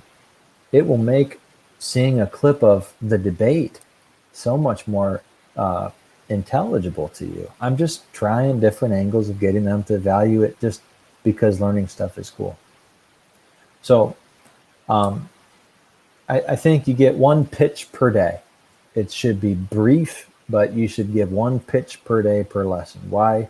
The thing that you're wanting students to learn or do is just inherently beautiful, cool, life-giving, etc. So oftentimes I'll do this at the start of class. Brian Stabnick is an English teacher in New York. I read a blog post of his the other day where he talks about sermonizing his students at the end of class. Sermonizing, he says, I spend the last 3 to 4 minutes of class sermonizing directly to my students. No fire and brimstone, but I use it to speak directly to the importance of the day's learning. I connect the skill of the day to broader ideas that transcend English and preside over all subjects. I explain why a centuries-old poem still needs to be read today. More than anything, I want them to know that our time together is valuable. I mean, I'm literally picturing Mr. Rogers right now. Like, this is the end of the season. And by the way, Mr. Rogers is such a mentor text for all of us right now because the dude was the master of distance learning, you know? That's an aside. My point is, at the beginning of a lesson or end of a lesson, drop an attempt at why learning is valuable. And talk to students about the relevance naysayer. Talk to them about the attitude and kind of pick on it in a lighthearted, friendly way. pick on the attitude that the only things worth learning are things that are directly relevant to me. Point that out as the, I think, kind of emotionally immature thing that it is, right? Because they're never, our students aren't receiving explicit messages about that, but I think they're receiving a lot of implicit messages about that. All right. That's enough. That's enough. Let's talk about curricular biases. Then we got to crank. All right. We got to crank. I'm not going to go in depth on this. I can't. But I do need to say that one of the chief obstacles to student motivation at the secondary level is a curricular bias at the elementary level. And this is broad strokes. And this curricular bias is secondary too, towards content light. Content doesn't matter so much, and skills are all that matters. Skills are the king. That bias away from knowledge towards skill is, I think, really problematic. Charlotte Mason wrote about teaching and learning back in the first couple decades of the 1900s. Love this line. The child's mind is no mere sack to hold ideas, but is rather, if the figure may be allowed, a spiritual organism with an appetite for all knowledge. This is its proper diet, with which it is prepared to deal, and which it can digest and assimilate as the body does foodstuffs. I love that. These are 3 books that discuss why a knowledge-light, skill-centric curricula is a systemic problem. Chapter 3 of these 6 things. Dan Willingham has a couple of chapters in his book, Why Don't Students Like School? And Natalie Wexler's whole book, The Knowledge Gap, is about this issue. And I just encourage you to educate yourself about this if you're in the market to educate yourself about stuff. This is one of those things where if you're just existentially panicking about whether or not you should be a teacher anymore, don't do this. This won't help. This will make it worse, actually. This will make it worse. But I think it's an important issue for us to advocate for. And I'm seeing the fruits of skills centrism, knowledge light approaches to curricula every day. And it reaps a toll. And none of us mean to do it. Not pointing fingers. Okay, and last but not least, 2 beliefs, and maybe I shouldn't call them beliefs because I'm using that language for the 5 key things, but 2 things. If we could just preach these front and back, top and down, day and night to our kids. First would be that learning is inherently valuable. It's dignified and can be a path to greater dignity. It's humble and can be the path to greater humility. It's humanizing and can be the path to a more humane world. I don't think we can talk about that enough in all the different ways that we talk to students. And that people are inherently valuable, me and you. I think that message, as much as we can incorporate that into our classes, it'll be good. It'll reap a good fruit, even if we never see it. We've got to be apologists like C.S. Lewis was an apologist for the goodness of learning in other people. And I know a lot of you are. I know that. Hey, do me a favor. I'm going to check in. Describe the session so far with 1 to 3 adjectives. I didn't do this last time. All right. I think I saw some of you throwing some adjectives in there. How's it going? Or what's one next step that you want to try? Let me check in on us. Okay. All right. I've got, okay, this is good. All right. Just checking my little announcements here. Yeah. All right. So I've got 27 minutes left. Revitalizing. Katie, I'm so glad. Literally hoped and prayed that this would give us some life. And I felt the life too, getting ready. Encouraging, humane. Oh, I'm so glad. Yes. Informative, peaceful, good food for a hungry soul. All of it. You know what I think I've realized getting ready for this talk too, is that one thing I love about teaching is the stuff we get to learn about, think about, and wrestle with. And when I'm on the treadmill, right, or the hamster wheel, constantly trying to reinvent my teaching every day, I can't do that stuff, that thinking. And so it crushes me. All right. Love. Sermonizing. All right. Caroline. Hey, Caroline. Hey, Caroline, you got to check out that Richard Hamming speech that I mentioned earlier in this talk, because he's a mathematician like you. We'll talk about your question there, Caroline. Warren's at Lake of the Ozarks. I'm sure you've seen us all over the news. COVID does not exist here. Our admin has whispered they will not shut down in order to keep the community happy. How do we handle a complete lack of transparency from admin? The stress is absolutely real. Yeah, Warren, in this type of situation, it sounds like there's a complete break maybe in your relationship with your administration. One slide that I skipped past was this slide. It was of a book called Humanocracy. I haven't read the book. I can't think of the author, but Dan Pink made a little video about it. I love Dan Pink's little videos. They're so cool. And Dan Pink said in the book Humanocracy, the authors talk about this test that you can give yourself at the end of a week if you work inside of a bureaucracy. We do. Just to see if you're becoming more of a bureaucrat or if you're maintaining your humanity. And one of the questions in the test is, did I challenge unproductive or hurtful or harmful practices this week? It was something like that. So I would just say, Warren, I'm all about you keeping your job and hanging in there, because I believe that the situation that you're in, it sounds insane. And eventually it will end. If it doesn't, then I think that you should probably, just advocate gently for what you're after, and find your like-minded colleagues, your band of brothers and sisters, if you will.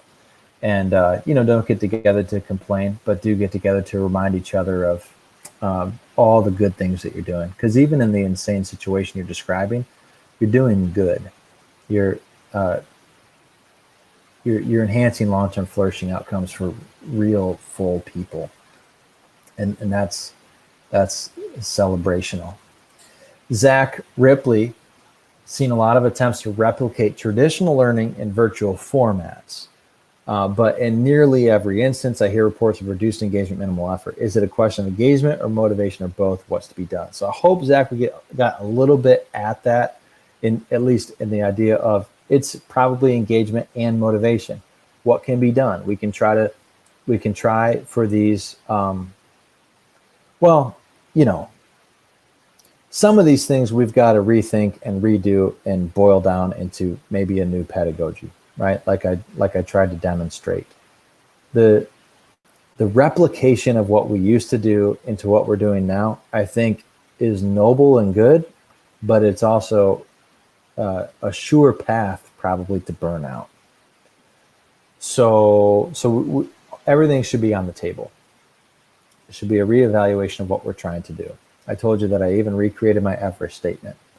In this class, we're all about building knowledge of our content, world history, what did I say? Ourselves, and life and long-term flourishing. So that's my job every day. It's not to have the perfect class that I was shooting for last year. It's to have my good enough class this year. Zach, and I'd point you back to Aika's great question too, because I think she really well named, that student who responds with, I'm doing nothing. I don't know why.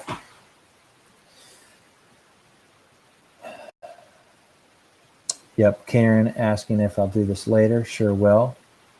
Okay, James, your question's kind of about teacher motivation. We'll get that. Caroline, we'll get that next.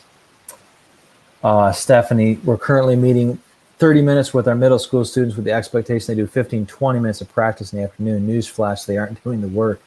Has anyone found that increasing the together teaching time has increased the work completion? Let's hit this in the comments. Has anyone found that if you have more together time, work completion goes up? I teach honors level kids, and we are trying to problem solve for work completion. So, I think a big problem, Stephanie, with the approach that you're talking about is you're asking students to turn on that part of their brain twice in one day for every class. That's a little exhausting. I've got to be with Miss Stephanie this morning, and I've got to do my whole class stuff. And then now later on in the afternoon, I've got to do my independent stuff. And you might be thinking, well, that's what we do with homework, isn't it? And you're totally right. And this is why I think a lot of our students don't do homework, because once they're on their own and they've been separated from our class for a while, the desire to do our work is just much diminished. And there's often, especially at home, many other more engaging things that I could do, like, play. What's the game a kid was telling me about today? All Around Us, All Among Us, something. I don't know. I'd rather do that, they think in their head. So I do think a way to improve your model, if I was in charge, would be put those two things together. You have your whole class time, and then kids stay on Zoom while they work independently. I would think that might be more successful, but take a look. There we go, Among Us. That's right.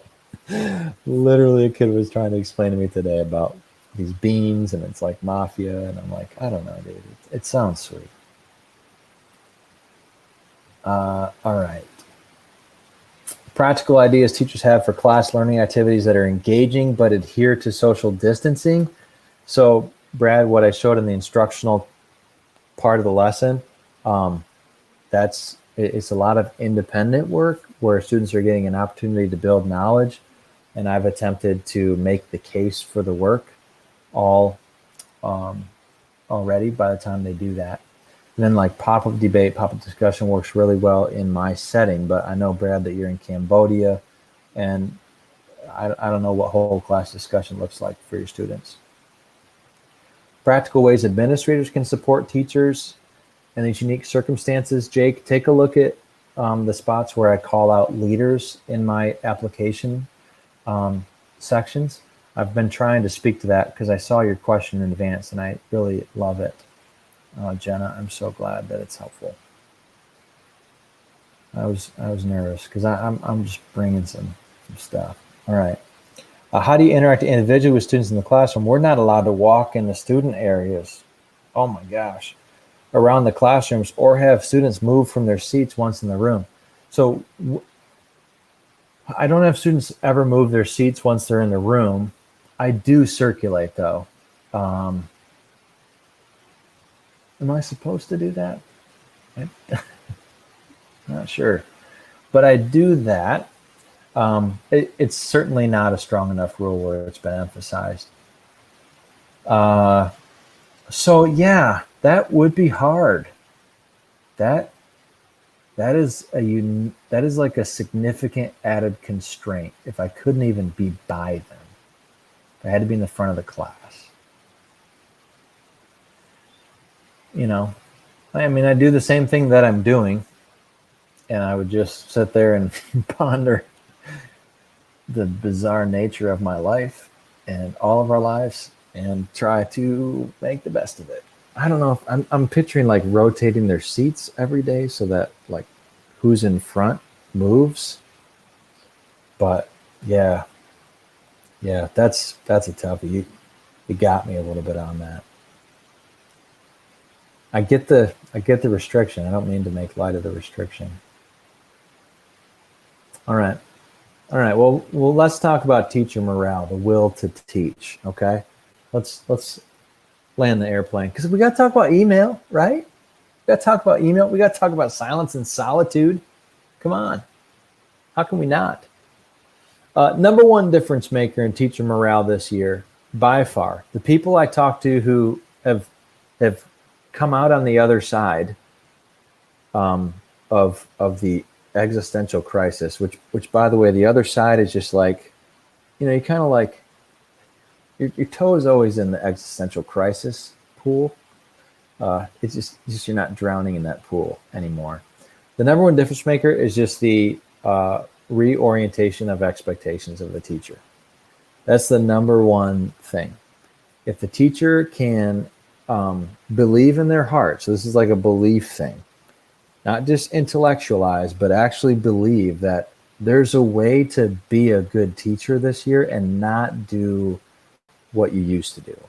not teach like you used to teach, not have as many lessons go well as used to go well, not work, at nighttime when I think it's really good for us to be powering down and doing things that fill our bucket. Getting that belief shift to happen started to obsess me a couple of weeks ago, because that's really the key I'm finding. So in this video, I'm not going to play it because my audio is not working, but the link is just davestewartjr.com/EE. Okay, that's the playlist of educator encouragement videos. I blogged about this a couple of weeks ago. I've mentioned it in subsequent posts, tried to encourage people to submit these. I've got maybe 15 to 20, and they're so cool. I will tell you this, if you can just get in the routine, if you're in a bad spot with your morale, get in the routine of watching 1 or 2 of these per day. Do it while you're chomping on some food at lunch, okay? Do it first thing in the morning, whenever, wherever. But there's something about watching somebody who you see and they're a human and you can respect them and relate to them because they're a teacher. There's something about seeing that type of a person talk to you in unpolished prose about how they've struggled too, and some things that have helped them, that is really deeply powerful. And it is actually, I don't want to skip this slide. In a second, I'll talk about why the educator encouragement videos work, because they weren't accidental. But here's what I would say, leaders especially. So we had one leader ask the question. I love that he asked the question. I love that you're telling teachers this year isn't last year. We've got to change our expectations. We've got to take care of ourselves first. I love that you're saying that, but you've got to find examples, specific teachers who are willing to go on the record, film themselves, do a screencast of what it looks like to live out the truth that this year isn't last year.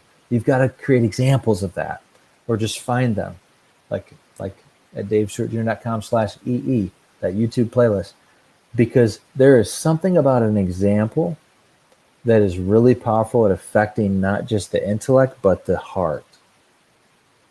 And that is what I was trying to do with educator encouragement. What I'm still trying to do is what's called an attributional retraining intervention. An attributional retraining intervention, this comes from the research on belonging. So Greg Walton and Shannon Brady have this, it's a PDF, you can find it online. It's called Many Questions of Belonging. And they talk about how belonging is hard because of 2 things especially. One, ambiguity. There are just a million signals in our day, in our work as teachers, that we receive about us and the degree to which we fit in teaching, the degree to which we belong in teaching. Like that it's good for us to be teaching because we fit here. That's belonging. That's the belonging belief. Well, we receive a million signals per day, or at least 1,000 signals per day, right? Every interaction with a student, every email from a parent, these are all signals. The problem, Walton and Brady say, is that these signals are ambiguous. They don't say in bright letters, you for sure should be a teacher because you belong. They're ambiguous, so they require interpretation. And we often unconsciously interpret these things based on the degree to which we currently believe that we fit, okay? So if I'm really feeling strong in belonging, like strong belief that I fit here, that I should be a teacher, if I have a couple of bad class periods in a row, none of my kids show up to Zoom, whatever, I'm going to tend to interpret those signals in a way that doesn't reflect on my fit, my belonging, because they're ambiguous signals. But if I'm feeling bad about teaching and I get those signals, I'm going to tend to interpret them as confirmations that I don't belong. And this same thing is at play in our students. Same exact dynamic. This is so important. So ambiguity is a problem with belonging, and then recursiveness is a problem. What they mean by that is that we act from our sense of whether or not we belong. And so when I'm super demotivated as a teacher and I start to think that I don't fit as a teacher and that I should do something else, I start to teach worse, right? Because I'm just sad and hurting and in pain. So I start to teach worse, to withdraw from people, to withdraw myself from my students. And then I start to get more signals that I don't belong. Stuff starts to go worse. Oh, I love the explanatory power of Greg Walton and Shannon Brady's ideas here, ambiguity and recursiveness. This is what's at play. So how do you arrest that? How do you make the signals non-ambiguous, non-ambiguously pointing to the fact that, no, you still fit? And how do you then get people to not act in ways that make them receive more non-belonging views? Well, here's what they did. They surveyed 500 upperclassmen in a college, okay, for a study. Surveyed 5 upperclassmen, and they had them just write about their first year of school. So I'm going to read an example here from a college junior African-American female. The study says, she writes, my first few months in college, I didn't really know what I was doing. I don't think most people do. When I left class, I just went to a study lab. When I left the lab, I just went home and did more work. Even in the car, I was just studying, and it wasn't productive. I was just doing the same problems over and over again. I felt stressed, but that's how I thought college it just is. Lonely and hard. But then I talked with a few other students in class and we decided to try studying together. It was really helpful talking about the class, quizzing each other, and going to the TA or professor with questions helped me understand the material better. And we ended up becoming friends too, so I felt less stressed and lonely.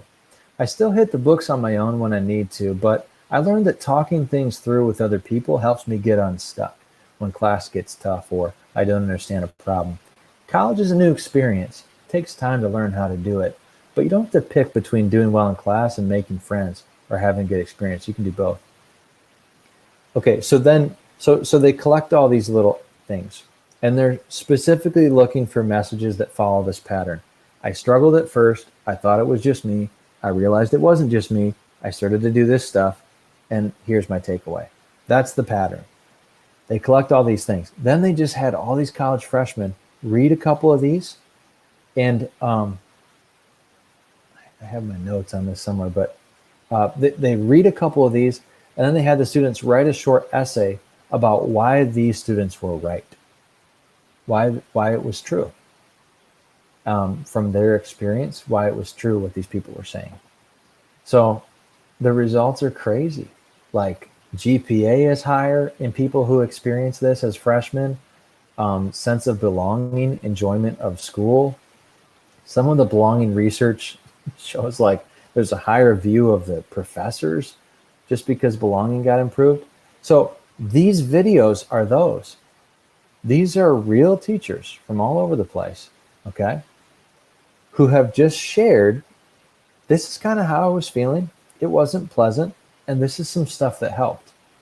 And so when you watch these, you're receiving the first part of an attribution and retraining intervention. Now, I might be ruining it by telling you that, but I don't think so.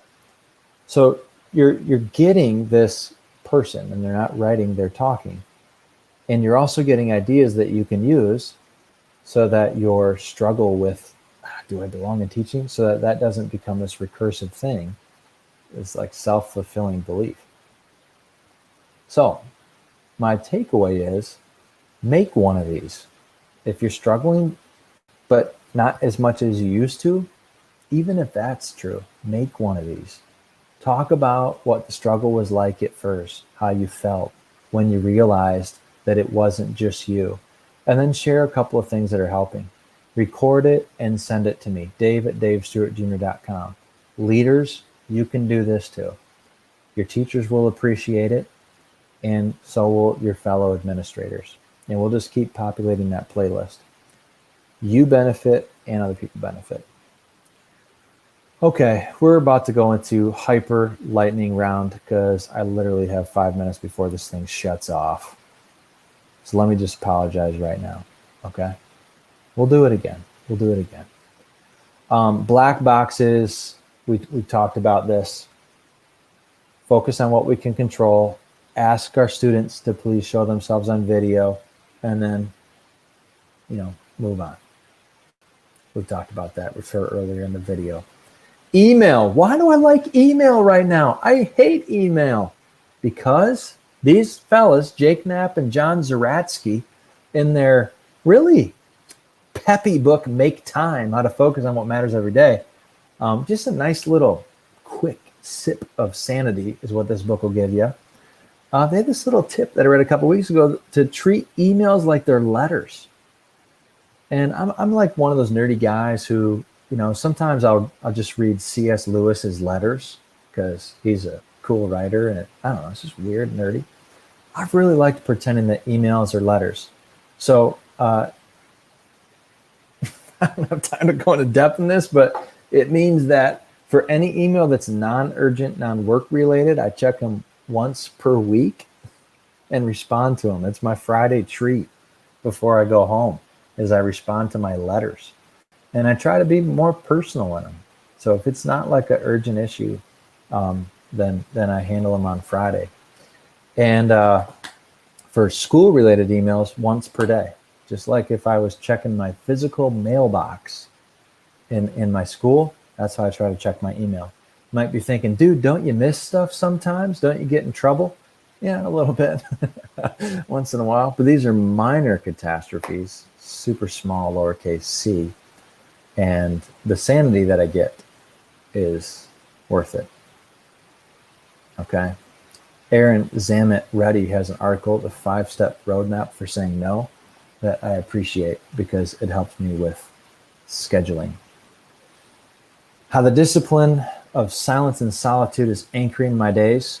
This guy, John Mark Comer, has a book called The Ruthless Elimination of Hurry, in which he says, what you give your attention to is the person you become. Put another way, the mind is the portal to the soul. What you fill your mind with will shape the trajectory of your character. Folks, I've realized, thanks in part to this guy's book over the summer, that sometimes I just give my mind to constant stimulation and noise. Always got to have an earbud in. So if you're feeling crazy noise, I just recommend for a week, do the 5 out and 5 back walk, where you set a timer on your phone to walk for 5 minutes away from your school building or where you do your job. Get to as many trees as you can find. And then when the 5-minute timer goes off, you walk back. And you don't listen to anything but the wind and the birds and the sounds of nature and your heart. And just try it for a week. I like it. And I'm not that guy who used to take walks. Oh, shoot. Okay. We literally have 2 minutes left. 2 minutes left. This one's about simplicity. So, all right, we'll do another one soon. I promise. And I'll share these slides with you in my email so that you can see what's on these slides, because I made them for you. But Mr. Rogers had this sign in his office in French. It's a line from The Little Prince: what's essential is invisible to the eye. I've just sort of taken this approach to just scheduling things with my family and with my life. These are 3 questions that are really helpful, I think, or 3 question groups. What recurring commitments on my calendar are good in theory, but not in practice? Meaning I can see the rationale for having this commitment, but it's not actually adding anything to my life. Ask that question. Discuss it with your loved ones. How could I withdraw from these things for a season without sacrificing my integrity? So I'm not advocating for like just dropping everything that you're responsible for and leaving, but how could I withdraw responsibly? And then what's not on my calendar but uses up at least an hour per day and therefore should be? When I made that one up today, I was like, that one's got some sting to it. If I had to calendarize that activity, would I, or would I withdraw? Okay, we got to the end. We got to the end with 47 seconds left. So I'm sorry. This is not exactly what I pictured. I pictured more me reading your comments, because I love your comments, but I'm going to read them after. Just encourage you, if you could, in the comments, if you're here live, let me know what helped the most tonight. That would be such a treat to me if you could tell me what helped the most. Comments will stay open even when my face disappears. And be in touch. If I can lead PD at your school, I'd love to. Do it via Zoom. Not only would I love to, it would help me, because it's obviously been hard to find PD to do because we're all suffering so much.